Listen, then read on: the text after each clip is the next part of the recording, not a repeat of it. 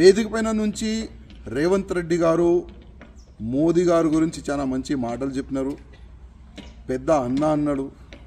అదేవిధంగా తెలంగాణ డెవలప్మెంట్ గురించి సహకారం కూడా రేవంత్ రెడ్డి గారు ప్రధానమంత్రి మోదీ గారికి ఒక నివేదిక చేసినారు. రేవంత్ రెడ్డి గారికి చెప్పేది ఒక్కటే, గతంలో కేంద్రంలో కాంగ్రెస్ గవర్నమెంట్ ఉండే అప్పుడు ఆంధ్రప్రదేశ్కి ఎంత నిధులు వచ్చేది కొద్దిగా మీరు హిస్టరీ కూడా చూసుకోవాలి.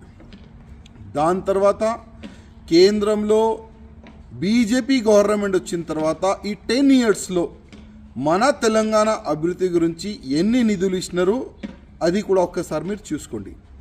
మోదీ గారు తెలంగాణకి వస్తే కూడా ప్రోటోకాల్ కూడా ఫాలో చేయలే మన ముఖ్యమంత్రి, అంటే ఎక్స్ ముఖ్యమంత్రి కేసీఆర్ గారు. అంటే ఆయన సడన్గా మారిపోయిండు. మీరు ఆ విధంగా మారొద్దని నా ఒక నివేదిక. ఎందుకంటే మన తెలంగాణ డెవలప్మెంట్ కావాలంటే అది కేంద్రం నుంచే సాధ్యం. ఇంకొక మాట, కేంద్రం నుంచి ఈ 10 ఇయర్స్లో ఎన్ని డబ్బులు వచ్చినాయి అది కూడా మీరు చెప్పాలని నేను ఒక రిక్వెస్ట్ చేస్తున్నాను. ఎందుకంటే ప్రతిసారి ఈ టీఆర్ఎస్ వాళ్ళు కేంద్రం నుంచి ఏమి రాలేదని వాళ్ళు కొన్ని బెనిఫిట్ గురించి పెద్ద పెద్ద స్కామ్ల గురించి పెద్ద పెద్ద ప్రాజెక్ట్ వాళ్ళు చేసుకుంటున్నారు. దాంట్లో వాళ్ళు ఎక్కువ డబ్బులు వాళ్ళు తినేసినారు.